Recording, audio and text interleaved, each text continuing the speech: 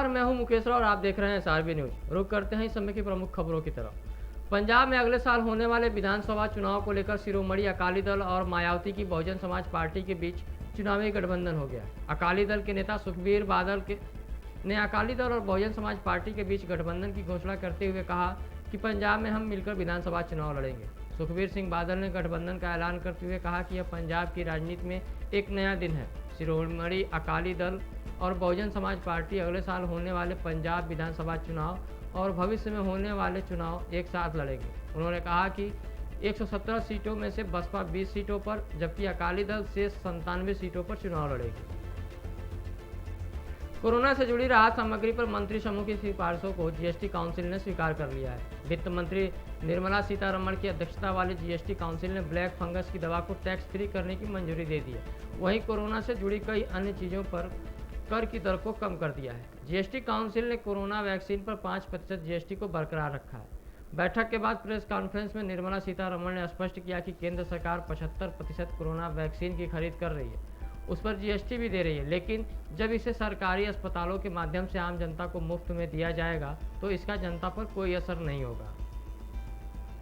रूस ने 2 साल बाद पाकिस्तान से चावल के आयात पर प्रतिबंध हटा लिया है। रूस ने ऐसा कदम उठाया है जिससे पाकिस्तानी चावल उत्पादकों को अपनी आमदनी बढ़ाने में मदद मिलेगी। पाकिस्तान ने 2019 तक रूस को हर साल लगभग 35,000 टन चावल और 40 से 45 मिलियन डॉलर मूल्य के अन्य अनाज का निर्यात किया था। पाकिस्तान के लिए यह राहत वाली बात है क्योंकि वह चावल निर्यात के मामले में दुनिया में चौथे पायदान पर है, जबकि भारत सबसे बड़ा निर्यातक है।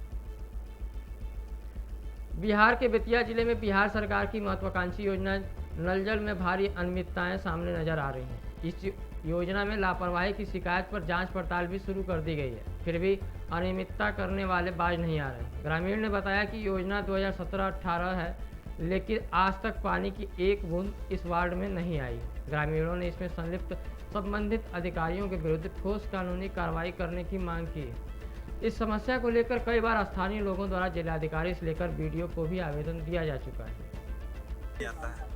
हमने के तो पंचायत में जब से नियम लागू भइल बा पानी के तौर से पानी के तो हमने के नावे नहीं जान कि पानी खाली टंकी नीचे जमीन पर बा, आकाश में तो टंकियो नहीं है, ना घर है, कोनो टोटी हलल बा, ना पाइप लागल बा, पैसा ओकर फाइनल उठ गइल बा।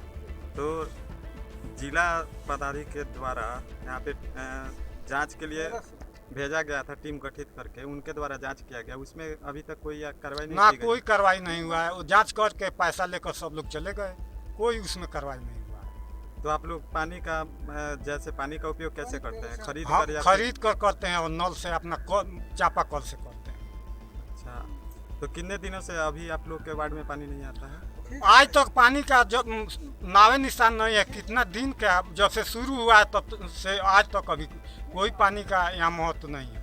पैसा उठ चुका है, पैसा फाइनल उठ गया आता है। झारखंड के गुमला में एक और जंगल बचाओ जीवन बचाओ के तहत सरकार कई जागरूकता अभियान चला रही है और शहर से लेकर गांव तक जंगल महोत्सव का महत्व भी लोगों को बताया जा रहा है, जिसके बाद भी लकड़ी तस्कर गिरोह प्रकृति से खिलवाड़ कर रहे हैं और धड़ल्ले से वन माफियाओं द्वारा वनों की कटाई की जा रही है। लेकिन ना ही सरकार इस ओर सजग है और ना ही वन प्रशासन ही सजग है। ऐसा ही एक मामला सामने आया है जहां पुलिस ने अवैध सागौन की लकड़ी बरामद की है। ये सुबह पेट्रोलिंग गाड़ी थी तो गुप्त सूचना मिली थी कि ये गाड़ी जो है पिकअप वैन इसमें लकड़ी लोड होकर आ रहा है। पेट्रोलिंग पार्टी को खबर किया गया और उसी के निशानदेही पे पकड़ा गया। ड्राइवर तो भाग गया, गाड़ी को पकड़ के जब सर्च किया गया तो उसमें सागवान का बोटा था। उसको लाया गया थाना पे, उस पर गाड़ी मालिक पे गाड़ी का नंबर है उसमें और ड्राइवर पे केस किया गया है। लगभग लकड़ी कितना का लागत का हो सकता है? सागवान का है तो 2-3 लाख का होगा। पूरे मामले पर जांच कर रहे हैं। हाँ, जांच चल रहा है, FIR लॉन्च हो गया है। ये सुबह पेट्रोलिंग गाड़ी थी। उत्तर प्रदेश के आजमगढ़ में निर्माणाधीन पूर्वांचल एक्सप्रेस वे के कार्य की प्रगति का जायजा लेने प्रदेश के औद्योगिक विकास मंत्री सतीश महाना और प्रमुख सचिव गृह अवनीश अवस्थी आजमगढ़ पहुंचे। इस दौरान औद्योगिक विकास मंत्री ने कहा कि लगभग 90% कार्य पूरा हो चुका है और कार्य की गुणवत्ता से किसी भी प्रकार का समझौता नहीं किया गया। इस अवसर पर मंत्री सतीश महाना ने कहा कि यह एक्सप्रेसवे पूर्वी उत्तर प्रदेश के लिए लाइफलाइन साबित होगा। प्रदेश सरकार की इस महत्वाकांक्षी रोड योजना के शुभारंभ होने को लेकर करीब 1 वर्ष से अटकलें लग रही थी। निर्धारित समय से पूर्वांचल एक्सप्रेस वे अपने निर्धारित समय से काफ़ी पहले पूरा होने का संकल्प माननीय मोदी जी के नेतृत्व वाली सरकार में हमारे माननीय मुख्यमंत्री श्री योगी जी ने आदेश दिया।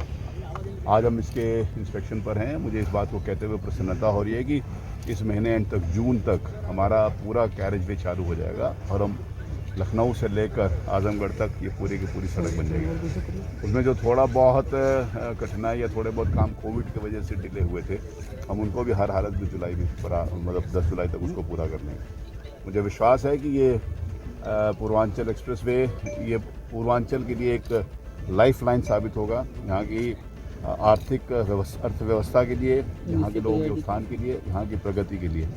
मुझे इस बात को प्रसन्नता है कि आज जहाँ पे हम लोगों ने इंस्पेक्शन किया, गुणवत्ता के साथ और समय के पूर्व अधिकतर क्षेत्रों में काम हमें होता हुआ दिखाई पड़ा। जल्दी ही इसका शुभारंभ माननीय मुख्यमंत्री जी के द्वारा या उनके द्वारा निर्धारित समय पर किया जाएगा। अच्छा सर, जो पूर्वांचल एक्सप्रेस चल रही है उसमें उद्योग से भी जोड़ने के लिए कहा जा रहा है। अभी कई स्थानों के ऊपर यहाँ भी हमने बैठक करके इस बात को ये कहा है कि जहाँ पर भी इंटरचेंजेस हैं, जहाँ पर लोग चढ़ते हैं या उतरते हैं पूरे एक्सप्रेस हाईवे पर, उसके आसपास ज़मीन चिन्हित कर ली जाए और वो वहाँ पर हम इंडस्ट्री स्थापित करेंगे। क्योंकि अगर किसी ने बिहार के मुजफ्फरपुर में उत्पाद विभाग की टीम लगातार अवैध शराब के खिलाफ अभियान चलाकर तस्करों पर नकेल कसती नजर आ रही है।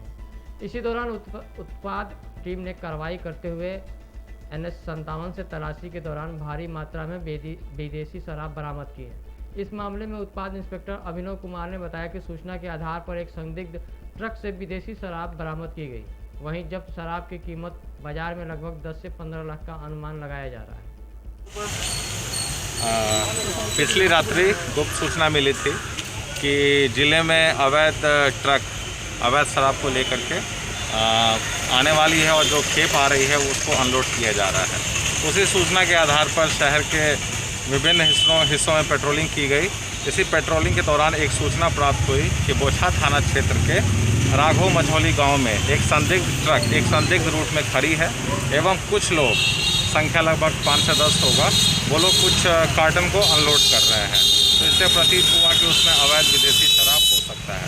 तो उसी सूचना के आधार पर हम लोग जल्दबाजी में वहाँ पर पहुँचे और पाया कि एक ट्रक रोड के बीचों बीच खड़ी है और लगभग 150 मीटर के आसपास विदेशी शराब ट्रक से अनलोड करके ज़मीन पर सड़क के बिल्कुल किनारे रखा गया। तो गिरफ्तारी वगैरह हुई है? गिरफ्तारी का प्रयास किया गया। बिल्कुल सुनसान जगह था और जैसे ही छापामारी दल पहुंचा तो छापामारी दल की गाड़ी की लाइट से वो लोग चौकन्ना हो गए और बरसात का मौसम था, उसका लाभ उठाकर वो लोग। मार्केट कॉस्ट कितना होगा इसका? मार्केट कॉस्ट वही 10 लाख के आसपास होना चाहिए, 10 से 15 लाख। शराब तस्कर की पहचान वगैरह हो चाहिए? शराब तस्कर की पहचान की कोशिश की जा रही है। जिस रूट में ये ट्रक पकड़ा गया है उस रूट में जितने भी तस्कर हैं उनके ठिकानों पर छापेमारी निरंतर की जा रही है और जल्द ही। यूपी के बस्ती जिले में एसपी आशीष श्रीवास्तव के निर्देश पर एसएचओ राजेश कुमार मिश्र ने हिस्ट्री सीटर श्यामजीत को गिरफ्तार कर लिया। गिरफ्तार हिस्ट्री सीटर के पास से पुलिस ने चोरी के जेवरात भी बरामद कर चोरी का खुलासा करते हुए अभियुक्त के पास से एक देसी तमंचा और कारतूस भी बरामद किया है।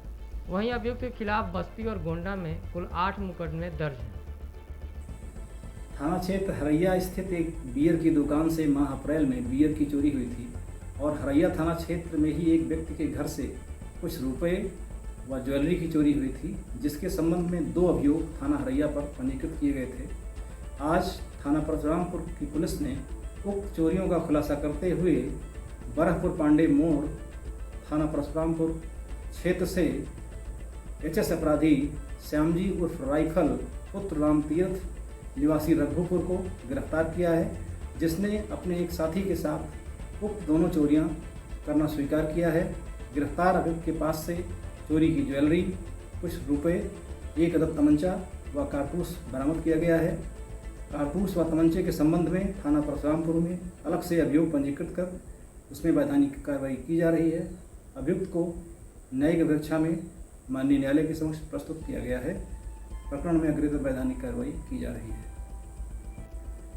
थाना क्षेत्र हरैया स्थित एक बियर की दुकान से माह अप्रैल में बियर की चोरी हुई थी और हरैया थाना क्षेत्र में ही एक व्यक्ति के घर से कुछ रुपए व ज्वेलरी की चोरी हुई थी, जिसके संबंध में 2 अभियोग थाना हरैया पर पंजीकृत किए गए थे। आज थाना परशुरामपुर की पुलिस ने उक्त चोरियों का खुलासा करते हुए बरहपुर पांडे मोड़ थाना परशुरामपुर क्षेत्र से एचएस अपराधी श्यामजी उर्फ राइफल पुत्र राम तीर्थ निवासी रघुपुर को गिरफ्तार किया है, जिसने अपने एक साथी के साथ उक्त दोनों चोरियां करना स्वीकार किया है। गिरफ्तार अभियुक्त के पास से चोरी की ज्वेलरी, कुछ रुपए। यूपी के फिरोजाबाद में एसएसपी अशोक कुमार के निर्देशन में थाना सिकोहाबाद पुलिस टीम ने मुखबिर की सूचना पर चेकिंग के दौरान एक अभियुक्त को गिरफ्तार किया। एसएसपी अशोक कुमार ने बताया कि उनके द्वारा चलाए जा रहे ऑपरेशन चक्रव्यूह के अंतर्गत अपर पुलिस अधीक्षक और क्षेत्राधिकारी सिकोहाबाद के कुशल नेतृत्व में चेकिंग कर हरियाणा मार्का की अवैध अंग्रेजी शराब की 160 पेटी शराब बरामद की गई, जिसकी कीमत लगभग 10 लाख रुपए बताई जा रही है। तो फिलहाल इस बुलेटिन में अभी तक के लिए इतना ही। मुझे दीजिए इजाज़त। नमस्कार।